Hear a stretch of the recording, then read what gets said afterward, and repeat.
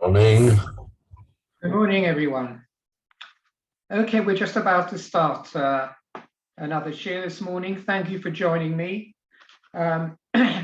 This week our share is sponsored and is to commemorate, which we usually don't do, but very specially this week we are commemorating the Shloshim of Susan Ireland, who used to be an enthusiastic member of the share when we used to meet in person. And this is her Shloshim, and the learning of the share today should be an Ilui Neshama for her and a comfort.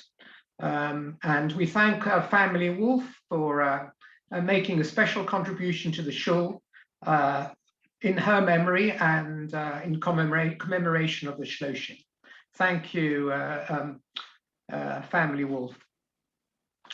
Okay, let me start just by a little bit of an introduction before we begin to move the Gemara forward again.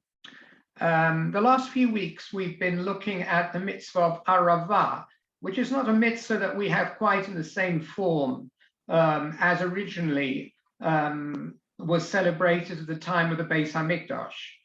And if I just share my screen for a moment, 1 second. Right, maybe you remember this famous picture over here, which is not, in fact, such a good picture. But the whole nature of the ceremony of the Arava during the days of Sukkot is a little bit in doubt. The details were disputed in the Gemara. What exactly was this ceremony? We have a pale imitation of it today. To what extent is it an imitation which reflects the ceremony at the time of the Beis HaMikdash? What we know, which is absolutely certain, is that on each evening, large aravot branches, and I'm talking about 15, 20 feet high, would be taken from the valley below Yerushalayim. And part of this ceremony, a daily ceremony in the morning, was to stand these up and against the side of the Mizbeach. Here's an example of just one being stood up. And that was called Zakifa, where you would erect these Arava branches against the side of the Mizbeach.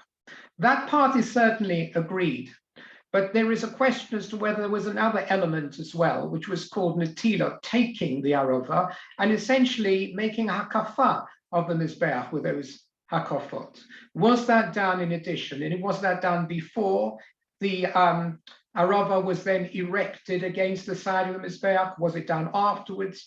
But the question of whether there was this natila, this taking of the Arava and actually doing hakafot with it, with the Aravas in hand, was a matter of debate. And we saw various sages suggesting that that was part of the ceremony, and others saying, no, the ceremony constituted merely the erecting of the Aravot in a stationary position around the edge. Here's just one, but they would have been all around, maybe dozens of them would have been erected and leaning against the side of the Mizbeach.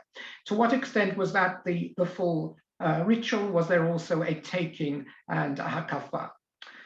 And the Gemara could not work this out. He brought various forms of proof one way or the other that were eventually disputed. So we were left with a statement of Rav Yosef originally, who said that in fact the only element of the ritual was the sakifa, the erecting it against the side of the Mizbeach. Now remember, we have some sort of ceremony of the Arava on the 7th day, at least nowadays, of Sukkot, which is Hoshana Rabbah, where we take the Arava as separate from the Arava, which is within the lulav package. And we take it in hand and hold it and utter a few phrases, and then we beat it on the ground. Right, so there we take an Arava, a smaller Arava, and we actually do a bit of banging with it. We hold it in our hand. Now, if the Arava was actually taken in hand and hakafot were made, then it would look a little bit like the Hoshana Rabbah ceremony. But if they were just placed against the Mizbeach, then what we have as a commemoration of this event is very, very pale and very, very distant. And that's an important factor to bear in mind. Are we doing something which reflects at all the Arava ceremony at the time of the Beis Hamikdash? So here we come back to the Gemara, and I'm going to take you to 1, 2, 3, 4, 5, 6, 7, 8, 9, 10, 11. It's about 12 lines from the bottom of 43b, Mem Gimel Omad Beis. And it's the last word on the line, Esaveh, Aleph Yud, Tuf Yud, Veit Yud, Hey, Esaveh. The Gemara is asking a question now from a brisa against the opinion of Rav Yosef.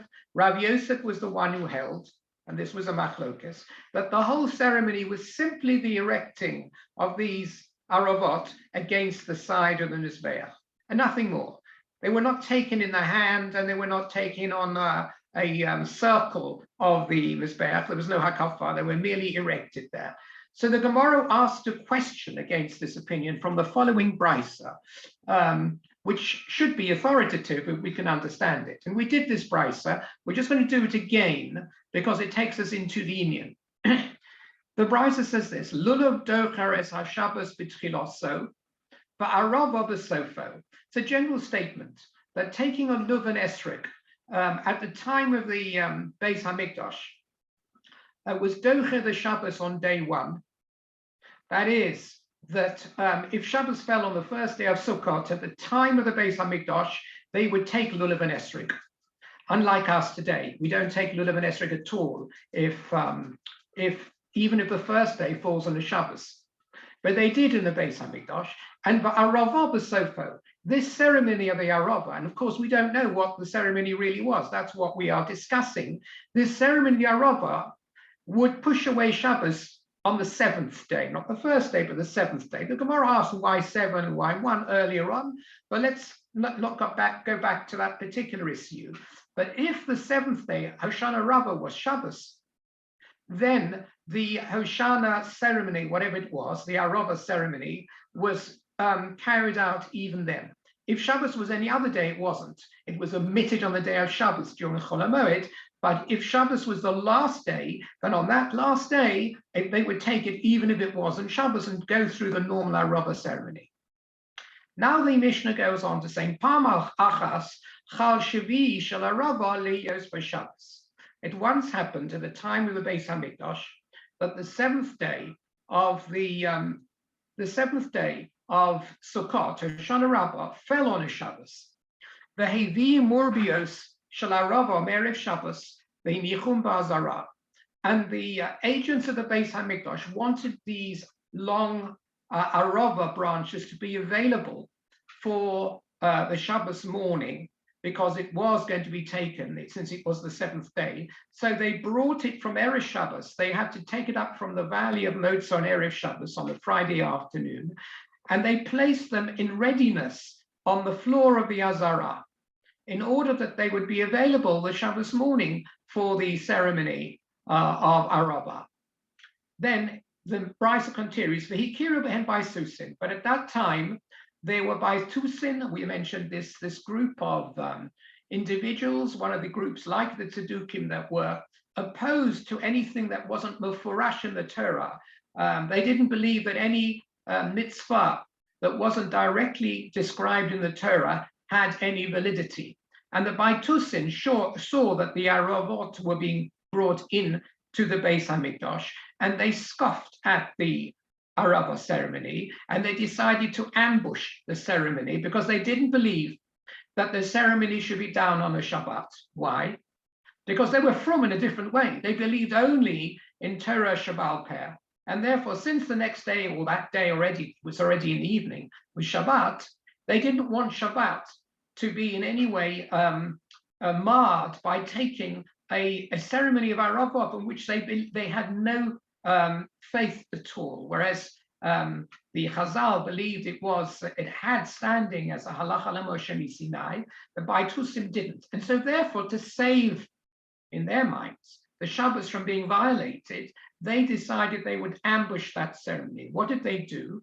Unatalum, and they took these Aravot that they saw were readily placed in the Beis Hamikdash, ukvashum tachas wavonim, and they hid them under stones in the courtyard of the Beis Hamikdash, so that they wouldn't be found the next day, or if they would be found, that they would not be taken out from under the stones. They knew that the Kohanim would not wish to violate the din of muktzah, and moving stones that no one had set aside for use on a Shabbat violates the Issur Drabanan of muktzah. So by placing them under the stones, essentially they had neutralized the Aravot from being involved in the next day's ceremony. That's what they did. So the Brisa goes on to saying, we described this last time, it was very fortuitous. Lemachar, the next morning, Shabbos morning, Hikiru Bahen Amei Haaretz. Amei Haaretz, members in the Beis Hamikdash who happened to be within the Beis Hamikdash. I don't know what they were doing. Maybe they were inspecting things. They were Kohanim, young Kohanim, or whatever. But they were Amei Haaretz. That means that they were not aware of the halachot, and they did not understand the halacha of muktzah. They saw the avonim over the Arabas, and they said, what a bizoyon, what a disgrace it is to the Arabas. So they rescued those Arabas, not realizing they shouldn't have done that. And therefore the whole ceremony of setting up these Arabas again in the Mizbeach could be done because fortuitously these young lads who weren't aware of the halacha moved them out from under the stones, which is something the Kohanim themselves wouldn't have done. There's an opinion, as I mentioned last time, that since they were under the stones, they could have been moved out because that would be considered tiltul min atzad. You're not actually carrying them out, you're not moving the stones, you're moving the Arabas themselves, sliding them from underneath. But the simple way of understanding this is that these Amei Haaretz were not aware of the halacha, and therefore they were there just at the right time to move these Arabas out, and then the Kohanim could then use the Arabas for the ceremony. So this shows how much muzzle sometimes you need to be able to carry on with the mitzvah, that the mitzvah essentially was salvaged by some ignoramuses. There's a big question, what were these ignoramuses doing anyway in the Beis HaMikdash? Why were they there? Why were they there before the Kohanim even? Very strange. Indeed, what were the Baitusim doing there? Now that's possible because the Gemara does say that during the Second Temple period, there were all sorts of groups of individuals who became Kohanim themselves, but actually they were deviants. They didn't hold like Chazal in Torah Sheba'al Peh. They held in Torah Shebiksav, so they were involved in the ceremony of the Beis HaMikdash. So I can sort of understand the Baitusim. I can't understand what the Amei Haaretz were doing. But that's what the Brisa says. We just have to accept that there were these Amei Haaretz, these ignoramuses in the Beis HaMikdash, and thanks to them, this ceremony was able to be carried out. But the key words are now coming. This Brisa is being brought to teach us something which is in the next sentence or two. And the Brisa continues, Lefi she'ein habaitusim modim shechibut arova doches hashabos. Why did the Baitusim do this in the first place and hide them underneath the stones? And the Brisa informs us that the Baitusim, this group, never agreed with Chazal that the whole ceremony of the Arava was Doche Shabbos, and therefore they didn't want it to be done. They felt they were doing everyone a favor by making them essentially immobile and not usable for the mitzvah Rabbah. But the key words here in the Brisa is they were not modim that chibut arava. Now chibut arava sounds much more like what we do nowadays with the arava. We beat it. Chibut usually means beat it. However, chibut can also mean moving it and taking it and then beating it. It's the actual meaning, the ritual meaning of it in this Brisa is unclear. But what is clear, though, is that this Brisa suggests that the Aravot were not just placed against the side of the Mizbeach, that's the Zekifa, but also that there was chibut. And chibut is an action which involves taking it in the hand and possibly going around. So the Gemara wants to suggest that this Brisa informs us that Rav Yosef is wrong. There wasn't just an element of Zekifa in the ritual of the Arava. There was also an element of Natila, of taking it in hand, possibly to beat it, possibly to to take it on a hakafa around the Mizbeach. And this, therefore, is a kasha against Rav Yosef. Rav Yosef said that it was purely a static erection of the arava against the side of the Mizbeach. This Mishnah Brisa suggests otherwise. There was this other element as well. That's what the Gemara is bringing this Brisa for, to prove that there's this second element of taking it in hand somehow. And that's what the Gemara concludes here. Alma binatilahi. You can see that there is an element of natila. Otherwise, what does it mean? Chibut arava. If it was just the kifa, then the Brisa would not have added those words chibut arava. That's an extra part of the ceremony. Does it not emerge from here that the arava ceremony involved natila, taking it and possibly shaking it and banging it down? And the Gemara accepts this. It didn't accept a number of proofs we brought last week, but accepts this as a proof because the Gemara ends here, tiyufta. This is indeed a tiyufta, and essentially it is a refutation and a full refutation of the opinion of Rav Yosef. Rav Yosef wanted to say there was only an element of zakifa, of a static erection of the arava against the side of the Mizbeach. This Brisa suggests otherwise. There was also an element of taking it in hand. And therefore, this Brisa is authoritative. Rav Yosef is an Amora. Unless Rav Yosef can find a Tanaitic source to prove that there was only a static erection, he has to comply with a Brisa, an earlier Tanaitic source. This one suggests there is this extra element of taking it in hand, and therefore we have to assume there was that extra element. And the Gemara rests at this point, as that point having been proven. There wasn't just an erection around the Mizbeach, but was also a taking in hand. Now, this is going to be relevant. This is not just a technical question, whether there was a two-phase mitzvah or a one-phase mitzvah. It has ramifications. What are the ramifications? The ramifications now are going to come up. Now, just before we do it, remember again what I said earlier on. I said, but it's important to know what the elements were. No, thank you. My wife is offering me a drink, that's all it was. So the elements of work, because if the ceremony was purely zakifa, setting it against the arava, against the Mizbeach, then what we do today as a commemoration is really not a commemoration at all, because we do not take 15 feet aravas and place them against the side of an altar. We don't have an altar and we don't have a 15-foot arava. So anything we do today is hardly a commemoration at all. There's no match. However, if you say that there's an additional element in the mitzvah of arava in the Beis HaMikdash, as it was, which includes holding them in hands and, if you like, going around the Mizbeach, then already you might say we're a little bit closer in what we do today. Actually, we take our lulav and esrog and we go around on Hoshana Rabbah, but then eventually we take the aravas separately, the bundle of 5 or whatever, we hold them in hand, we recite a formula, and then we do this chibut, this beating, and it looks like the brisa we just mentioned. And all of a sudden, we've got something which is very similar. It's a commemoration.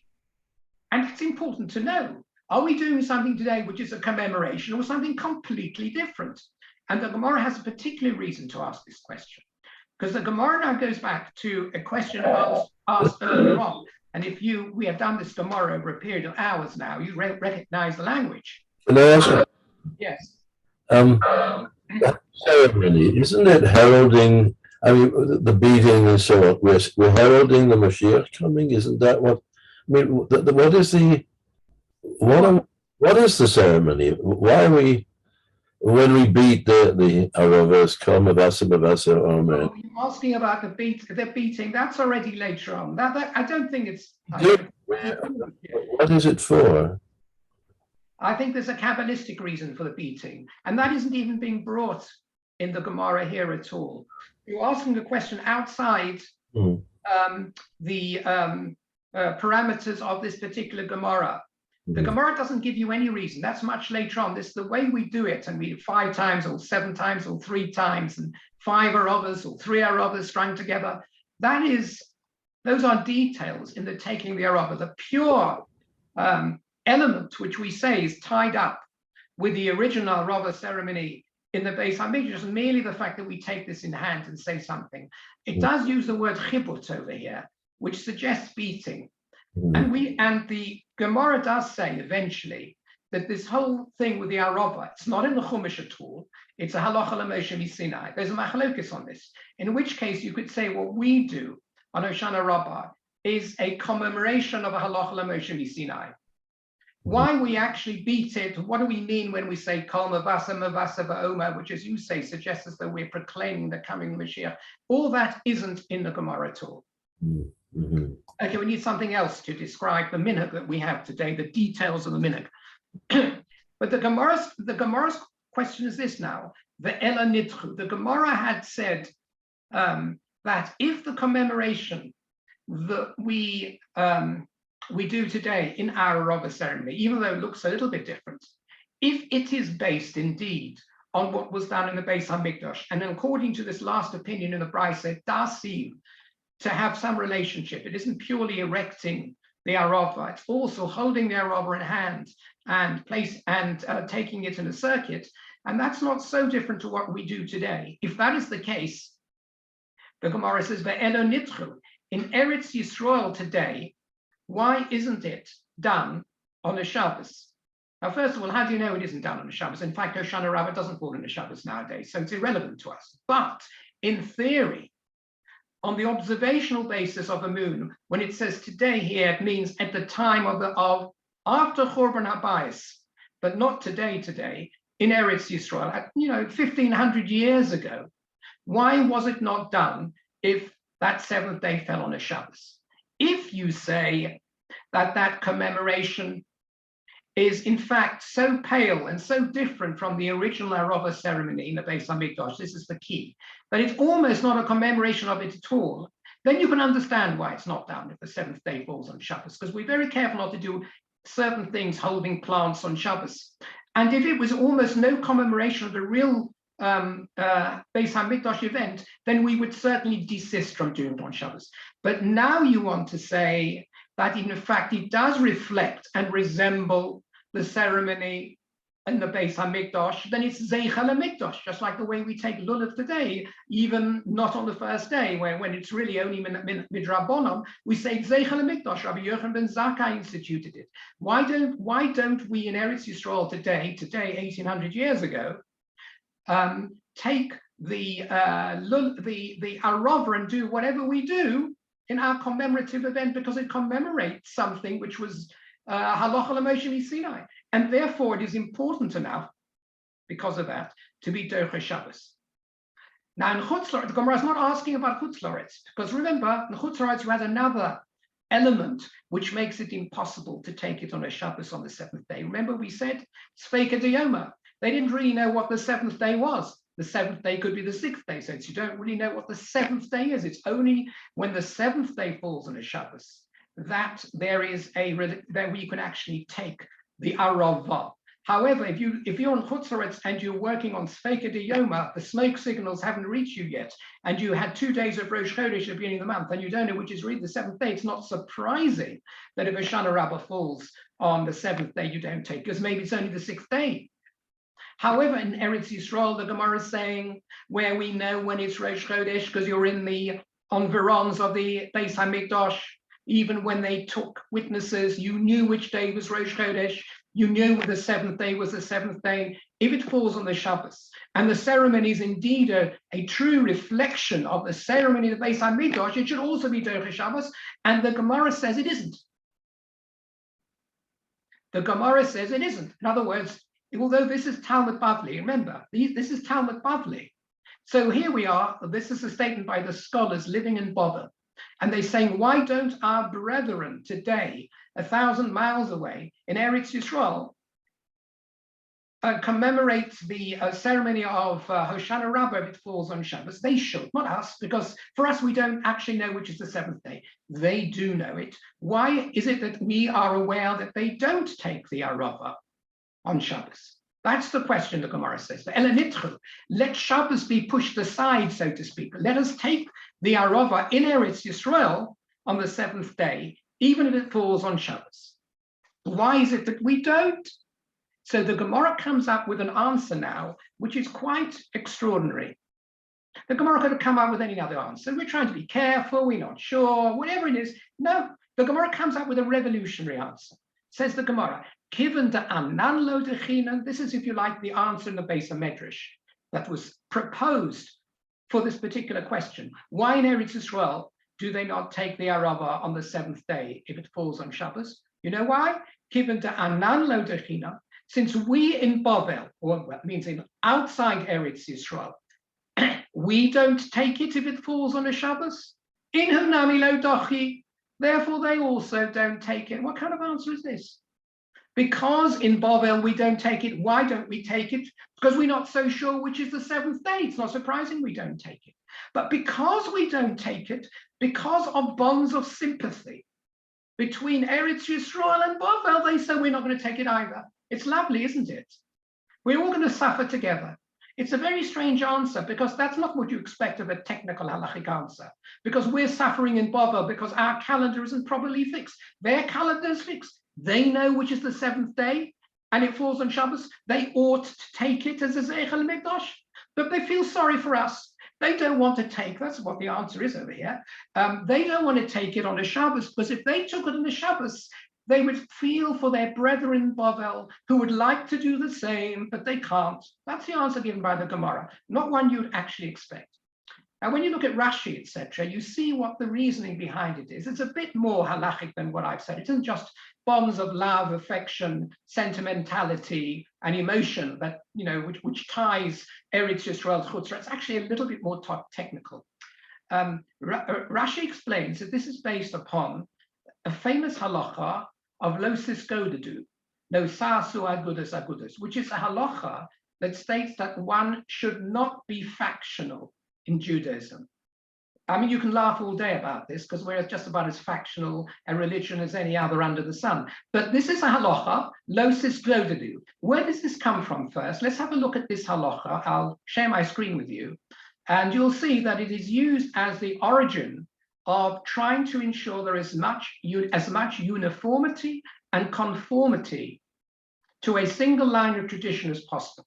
And if that's the case, you can understand the answer of the Gemara a little bit better. What the Gemara is saying, well, you know, in Bavel, we cannot do it if it falls on a Shabbos because we just don't know which is the 7th day, so we're stuck. In Eretz Yisrael, if they had said, well, we do know, and therefore we are going to do it, then all of a sudden Judaism would be divided into two practices. There would be the practice in Eretz Yisrael where they took it because they knew, and the practice in Bavel where they don't take it. And that is a violation of lo sisgodedu. I mean, I'm sure you know many ways in which we don't do the same in Chutzarot, and plenty of ways that we divide into groups. But let's just take this before any questions are asked at face value. That's the answer of the Gemara. What is the origin of lo sisgodedu? So I'm going to share my screen with you. Back again. Okay, now this is a very, very interesting in itself. It's from Sefer Devarim. And there we have, I brought two psukim, you only need the first pasuk, but it just puts, the second pasuk puts it into context. The pasuk says, Bodim atem la Hashem Elokeichem, lo sisgodedu. Those two words are going to be our headline. V'lo sasinu karacha beinechem lemeis. Okay, let's read the translation. And it's very straightforward. You are children of the Lord your God. You shall not gash yourselves or shave the front of your heads because of the dead. This is a very simple halacha that says, don't be barbarians like some of the tribes around you. And we knew it used to be the ritual that was performed when someone in the family died, or a great chief or whatever it is, that other people used to self-flagellate, they used to mutilate themselves in order to show the extent of their shared mourning and pain at the departure of a great person. So what they used to do is they used to make bald patches in their heads. They used to let blood drip from the ear, all sorts of terrible things that we don't do nowadays. The Torah says, no, we are respectable human beings as Jews. We never self-mutilate, no matter how serious the situation is. We're not, lo siskodedu really means you shall not gash yourselves. It means to cut. The lo sasimu korcha beinechem, it means you shouldn't make a bald face. Nowadays, a korech, or someone who is bald, you shouldn't make yourself bald, shave your head in mourning either. That's the meaning. Why not? Because I've added the next verse. Ki am kodesh atola Hashem Elokecha. You're a holy people to Hashem. Hashem has chosen you to be a treasure, if you like, from all the other nations. And a treasured nation does not behave in this way. Even if you lose a person who's a dear loved one, you are children of HaKadosh Baruch Hu as well. You are bonim atem la'Hashem Elokechem. You're not just bonim to have a parent that you may have lost. In other words, you have a father in heaven who treats you as his child, and for you to mutilate yourself almost suggests that you are totally bound to the laws of nature and to the parental sides of mankind. We have more, our genealogy is much more elevated than simply having a parent on earth. We have a parent in heaven. And this is not the right way to behave. Fine. However, the Gemara makes an extraordinary drasha. This is where you move on to drash. And even though this posuk seems to deal entirely with a violation of self-mutilation, it's treated differently. Let's have a look. This is from a brisa. The brisa says as following: Lo siskodedu. This word lo siskodedu. Chazal are very interested in words like this. This is a hispael. It's a reflexive verb, and it's also ambiguous. So we know within the context of the pshat of the posuk, it means do not cut yourself. There's no doubt about it. However, there's room for drasha. There's room to expound. And here's the exposition of the Gemara. The Gemara says, what does it mean, lo siskodedu? Lo sa'asu agudos agudos. Don't make yourself into factions. Agudas Yisrael, right? Aguda means a group, a lobby, or whatever it is. Don't divide yourself into groups. What's an example of dividing yourself into groups? We do, don't we? When we play football, we have one team over here and one team over there. So the Chazal say it doesn't mean that. It means gegon based in echad be'er achas. Let's say you have a based in a town. Palga morim kedivrei beis Shammai or palga kedivrei beis Hillel. And that particular based in is split down the middle. There are some of them who are going to paskin like beis Shammai in a din Torah, and some will paskin like beis Hillel. And these are two entirely different streams of thought and halachic derivation. And if you have a beis din which is split in two, it's a violation of lo siskodedu. This is an illegitimate way to run a beis din. Now, actually, the Gemara in Yevamos that deals with this does have a machlokus as to what the meaning of lo siskodedu is over here. Is it really one beis din that's split? Is it more? Is it two beis din, two botei din in the same town? It's not clear at all. What is clear is that the Gemara takes this as more than just an issur against self-mutilation, but also one against falling factions and groupings that vie with each other within Judaism, particularly in relation to halacha. We're not talking here either about political parties.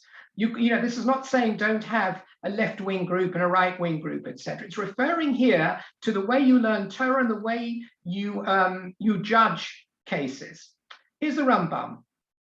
So the Rambam takes it a bit more widely. Ubichlal azhar hazeh shelo yiyu shnei botei din be'er achas. So it's different to the Brisa. He follows a different opinion. There should not be two different courts, two different beis dins in one city. Zeh noheg kaminig zeh, v'zeh noheg kaminig acher. One follows one custom and one follows another custom. Why? Shedovo zeh gorem lamachlokos gedolos. Because that brings about great controversy and argument in the town. Shenema lo siskodedu, lo sasu agudos agudos. So the Rambam has broadened it here, not even to having a town with more than one beis din. In other words, ideally, every town should have just one beis din. You tell it to us, because that's certainly not the way Jewish life is run nowadays. Even within Hasidus, there's a basin for bells, and another one for Satmar, another one for Vishnitz. And of course, there is between the Hasidic world, and then there's the Litvish world, and you have the Dutch based in, and you have the Rabbonut based in, and you have different kashrus authorities, which are based upon different Batei Dinim, and they are basing themselves on different minhagim. So it would seem at first sight, by the way, that the way we conduct ourselves today, at least everywhere, I would have thought, in Eretz Yisrael, or even and in Chutz La'aretz certainly as well, is very much a violation of Lo Sasu Agudos, at least according to the Rambam. So how do we get away with it nowadays? Before going back again to our Gemara, it's a good question, really, and I'm not sure there's any single answer. Of course, if you ask a Dayan, he'll give you an answer. He says it's not the same. He says there were different minhagim from the Sephardic world. There's two Shulchan Aruchs. There's the Ramah, who paskins to the Ashkenazim. There's the Machaba, Rabbi Yosef Cairo, who has a slightly different set of halachas for the Sephardim. This has been accepted already in the world from the time of the Shulchan Aruch, and therefore there are always going to be two streams. It's going to require a based in for the Sephardim and a based in for the Ashkenazim. But once you allow that, you can have two based-ins for the Ashkenazim and two based-ins for the Sephardim. We can multiply, right? Pru revu when it comes to Batei Din and Chachamim. So we do play fast and loose with this statement of Lo Sistodedu. There's another element here as well.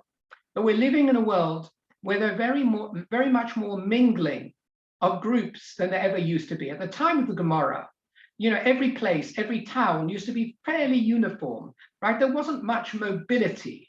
There wasn't international mobility, and there wasn't even that much city mobility. People used to be born and die in the place they were. They had their homesteads, and they kept within their homesteads. So it's understandable why the inhabitants of a particular town or area would be fairly uniform, and there was no really room or need for more than one based in.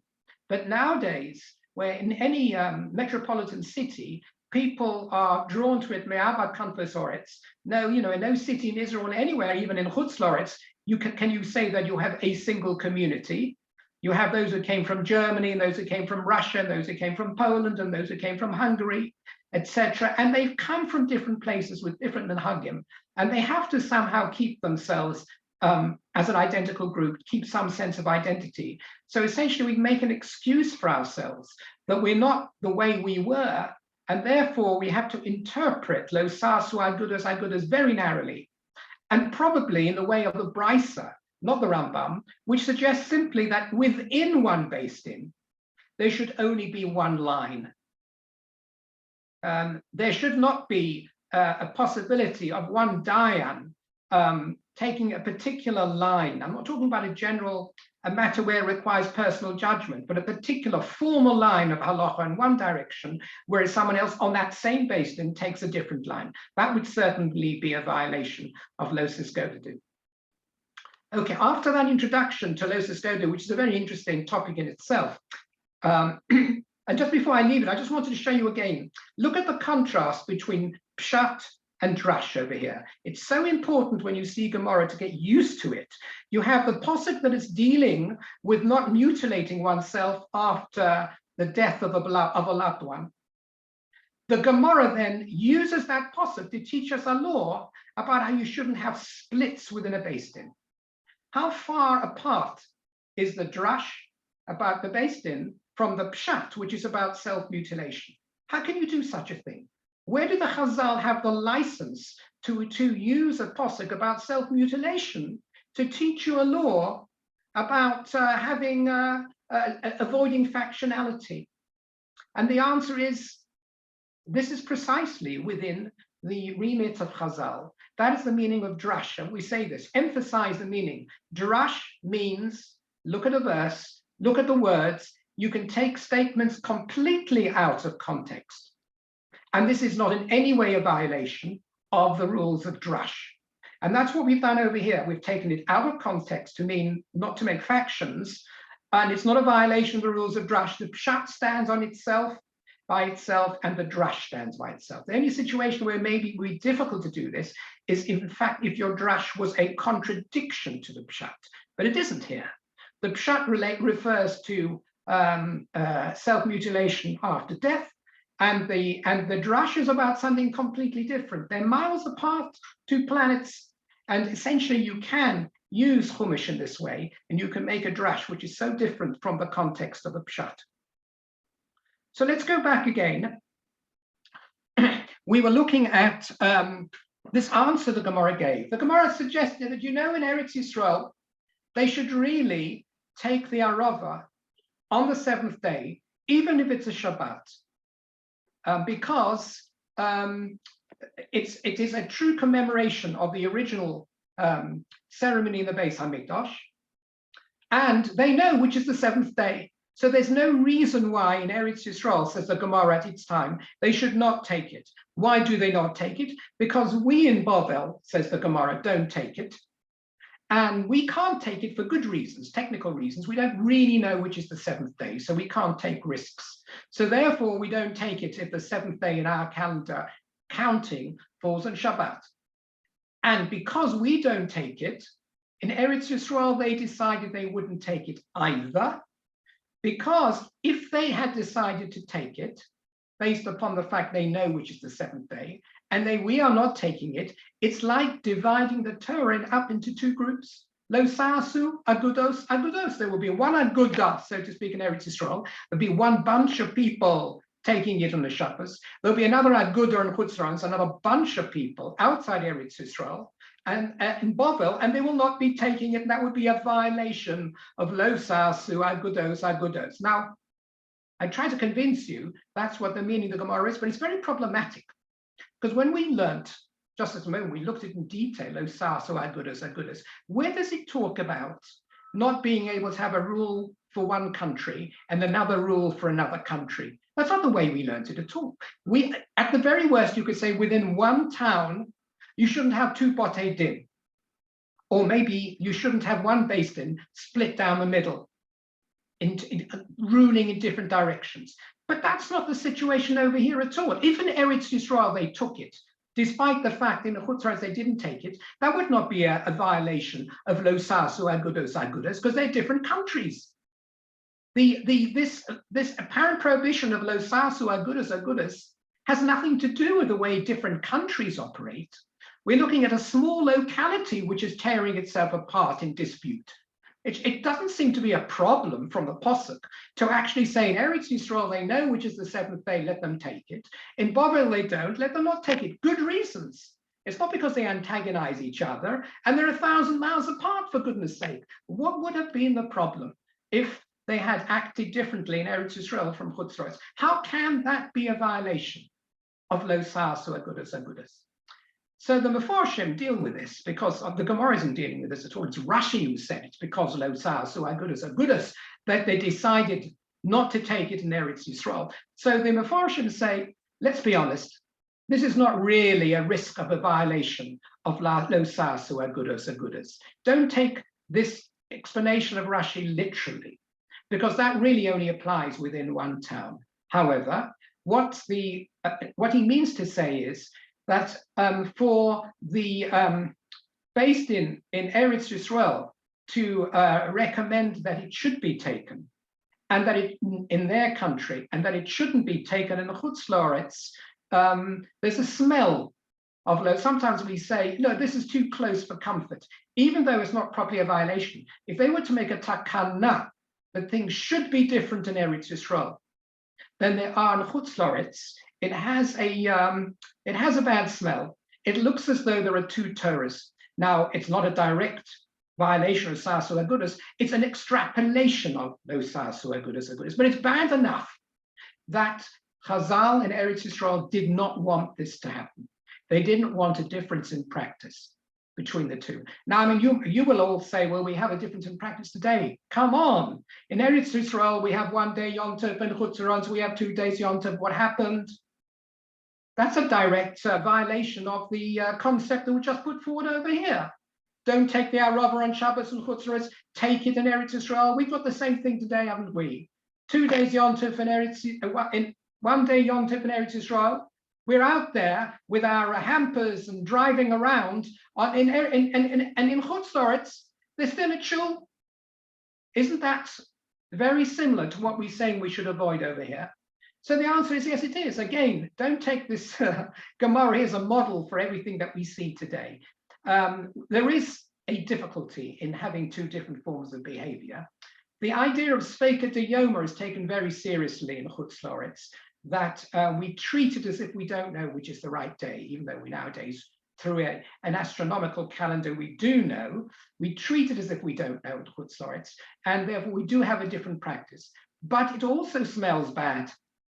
In the context of the Gemara we're learning here, that also smells bad. Okay, let's go back to the Gemara. So the Gemara wants to say that 1800 years ago, they did not want in Eretz Yisrael to allow the taking of the Arava on Shabbos, while their brethren in Bavel were doing something different because of Sveika de Yoma, they weren't taking it on Shabbos. So now the Gemara asks the kasha, how can that be the case? We already find a case where it works differently for Eretz Yisrael and Chutz La'aretz already at the time of the Gemara, not even talking about the year 2022, in relation to Lulav, not in relation to Arava, but in relation to the Arba Minim itself, the main din of Sukkot. Why? Because Vaha, says the Gemara, Yom Tov Rishon Dinedidon Lo Dochi, Unediduhu Dochi. We have a different halacha vis-a-vis Lulav. Don't remember, did we not say that in Eretz Yisrael, when the first day of Sukkot falls on a Shabbos, they did take Lulav and Esrog. They took Lulav and Esrog. Remember, we said they used to take the Lulav into shul on the Friday, or they left them at shul earlier, and all sorts of things. At the time of the Beis Hamikdash, they used to take, and even afterwards as well, after the Churban, they used to take the Lulav if it fell, the first day fell on a Shabbos. That's what we learned earlier on. But not in Chutz La'aretz.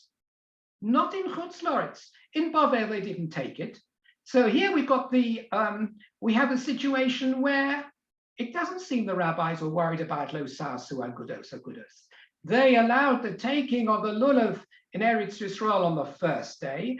It was disallowed in Bavel. All of a sudden, we got 2 different Torahs. And yet you're telling me that when it comes to the Arava, they were so worried about having a split between Eretz Yisrael and Chutz La'aretz, they've said that nobody would take their Arava on Shabbos, so that there shouldn't be a difference. When Lulav, the basic rule of Lulav is already different, says the Gemara over here. So how can you say you're so concerned about the difference between Chutz La'aretz because of lo sas skovidu, lo sas agudas? Somehow we did not seem to be concerned about it when it came to the Lulav itself. So the Gemara answers over here, and here we go on to the next sheet, Mandala Domid Aleph. If you've got sheets, otherwise just turn over. Says the Gemara something very surprising, really. And the Gemara is going to have to explain it because it is surprising.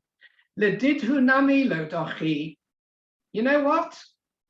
When it comes to Eretz Yisrael, they also don't take Lulav and Esrog on Shabbos, even if it falls on the first day.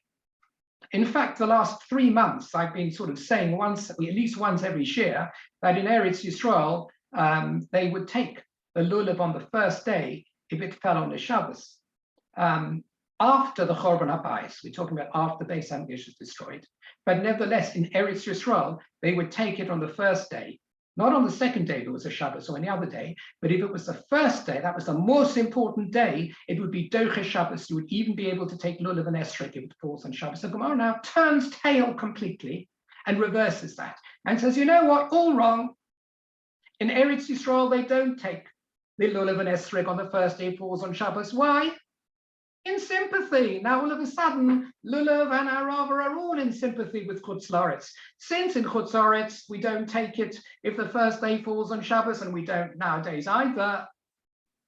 So in Eretz Yisrael, they were sorry, or because of lo sasu agudas, they also said, no, we're not going to do differently. If the first day falls on a Shabbos, even though there is good reason for us to take it, we're not going to take it because we don't want to make ourselves look different than our brethren from Chutz La'aretz. And according to this answer now, it is consistent, both for mitzvah Aravah on the seventh day, that's the seventh day mitzvah, that no one took it on Shabbos, even though in Eretz Yisrael they could have done, they didn't because they were worried about not being different to their brethren in Bovel on the seventh day. When it comes to the first day, in relation to Lulav and Esrog, even though in Eretz Yisrael they could have taken it, they didn't, because again, Lo Sasu Agudas, they didn't want to do differently than their brethren in Bovel who would not be taking it. So that's where the Gemara now stands. The Gemara is going to ask a kasha against this, not surprisingly, in a moment. But it now stands in a situation where all of a sudden we are concerned, the concern about having agudas, a different halachic regime between Chutz La'aretz and Eretz Yisrael is so important that even though in Eretz Yisrael technically it might be possible to do a mitzvah, they didn't do it because they didn't want to look different from Chutz La'aretz. That's where the Gemara now stands. It's very nice, isn't it? We don't see much reflection of that today, as I say. The Gemara now says, Ve'ela kasha. It's difficult what you've just said. What you've just said, that nowadays in Eretz Yisrael, that they don't take the Lulav and Esrog if it falls on a Shabbos, or at least shortly after the Chorban Habayis, they didn't take it if it falls on a Shabbos. Not like we wanted to say in earlier weeks, but in fact they don't. The same as Chutz La'aretz, in order to be the same, they don't take it. That's a bit difficult. And just see if whether I've missed something in one of my other explanations. No, let's just go on. Says the Gemara of Elakasha Hani Tarti. We would be left, according to what we've just said, with a kasha, with a difficulty in reconciling the following two Mishnayos, which we already reconciled in a certain way a few weeks ago, but that reconciliation will fall apart based upon what we have just said. Let's have a look and see what the difficulty is. The Tanachada, one Mishnah, which is in fact our own in Mem Beis Amud Beis here in Sukkah, the Mishnah said, Kol ha'om molichen es lulavehen lahar habayis. In fact, this is just a very, very short extract. It said that if the first day of Sukkot falls on a Shabbos, everybody brought their lulavim on the Friday to the Har Habayis, to the Beis Hamikdash. This is the time of the Beis Hamikdash. Remember, we said they brought them, and then they said that whoever picks up, they took them all in, and then they said everybody who picks up one, it's a gift from somebody else, and they came to fighting, etc., etc. So then, that's originally when they brought them on the Shabbos. So they brought them on Erev. Then after they brought them on Erev Shabbos. Kol ha'olam merchulin lahar habayis. Originally, okay. And then there's another Mishnah, Tanan Idoch leveis hakneses. There was another Mishnah that said the same thing, but it said that they brought their lulavim not to Har Habayis, but to the Beis HaKnesses, to Shul, to the synagogue. So what was the difference between these two Mishnayos? One of them saying they used to bring them, and in other words, they used to perform the mitzvah Lulav and Esrog in the Beis HaMikdash. Another one said they used to perform the mitzvah of Lulav and Esrog in the Beis HaKnesses. And we reconciled these two Mishnahs by saying that Kan bisman Beis HaMikdash kaim, Kan bisman she'ein Beis HaMikdash kaim. It's a very obvious answer. The Mishnah that said they used to bring their lulavim to the Har Habayis in order to shake their lulav on Shabbos in the Beis HaMikdash, that's when there was a Beis HaMikdash. The Mishnah that says they used to take their lulav and esrogim and they used to shake them in Shul, Beis HaKnesses, that's when there isn't a Beis HaMikdash anymore. That's what we said before, which is a very straightforward reason for taking it in Shul. If there's no Beis HaKnesses and Beis HaMikdash, you take it at Shul. Says the Gemara now, but that's now problematic because this suggests that even after the Beis HaMikdash, they used to take their lulav and esrog to shul, yes, to Beis HaKnesses, that second Mishnah, which said to Beis HaKnesses. But the Gemara has just finished telling us that in Eretz Yisrael, they did not take lulav and esrog at all if it fell on the Shabbos, even after the destruction of Beis HaMikdash, in sympathy with Chutz La'aretz. And over here, that reconciliation that we've just done over here suggests they did take the lulav and esrog at the time after the Churban Abayis. They took them to shul, which means they did lulav and esrog mitzvah even after the destruction. And it was different there for Chutz La'aretz. This Mishnah seems to contradict the conclusion we just came to. We came to a conclusion that lulav and esrog was not taken if it fell on the Shabbos, even in Eretz Yisrael after the Churban.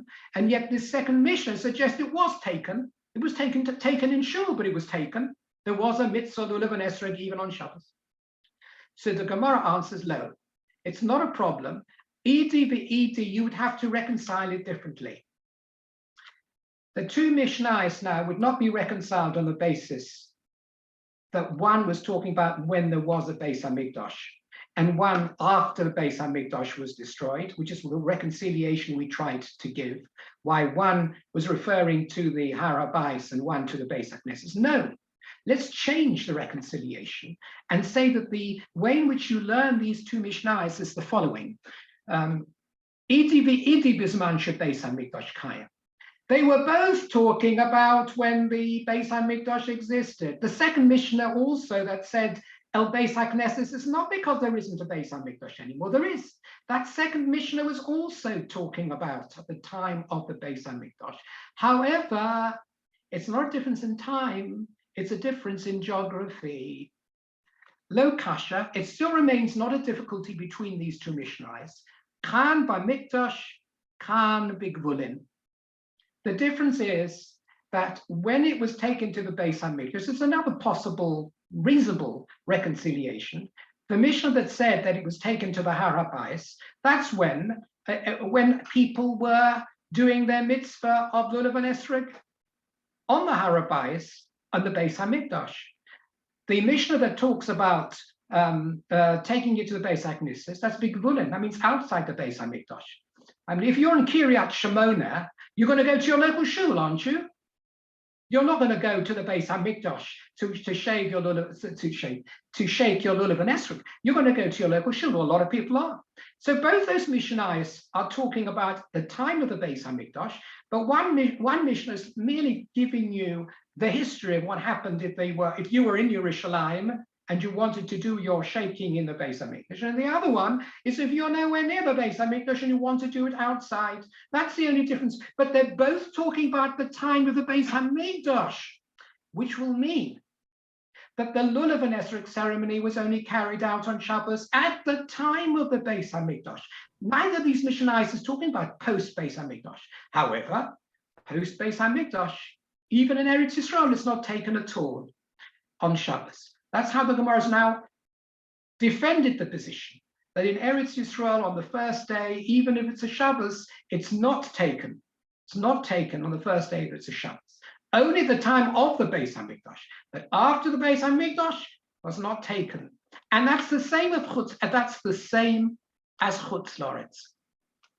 And that's the same as Chutz La'aretz. That both in Chutz La'aretz it's not taken if the first day falls on Shabbos, and it's not taken either in Eretz Yisrael. So at this point where we rest, we're still very much with the notion as a general klal that we shouldn't operate differently between Eretz Yisrael and Chutz La'aretz. That if there is a law of taking in Eretz Yisrael, and there is a law of not taking in Chutz La'aretz for technical reasons, because you don't have a calendar properly, then that's not acceptable. Rather, in Eretz Yisrael, they should not take it to be in order to be in conformity with Bavel.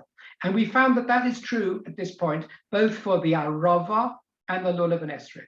The Arava was not taken even in Yerushalayim and Eretz Yisrael on the seventh day, which fell on the Shabbos, because it was not taken on the seventh day in Chutz La'aretz, because they didn't know which was the seventh day. And similarly, the Lulav and Esrog is not taken outside the Beis HaMikdash on a Shabbos, on the first day, and therefore in conformity as well, because of lo sas agudas, it was not taken in Eretz Yisrael on a Shabbos on the first day, even though it should in many ways technically have been taken on the first day, even if it's a Shabbos. This is the idea of lo sasu agudas, which is, I mean, lo sasu agudas is often quoted in many ways in terms of a piece of good mussar, it's ethics. You know, the Jewish people shouldn't be divided down the middle. We know we are divided down. We're divided down many, more than just down the middle, down the sides as well. But this is it's an important principle to bear in mind anyway, that if, as far as possible, Jews should try to take a single line and to be united in as much as possible, rather than to be divided. We'll stop over here. The Gemara is actually fairly complicated, as you can see, as it goes in and out, but it is introducing some new principles as we go along. So thank you for joining me again today. And let me cease recording.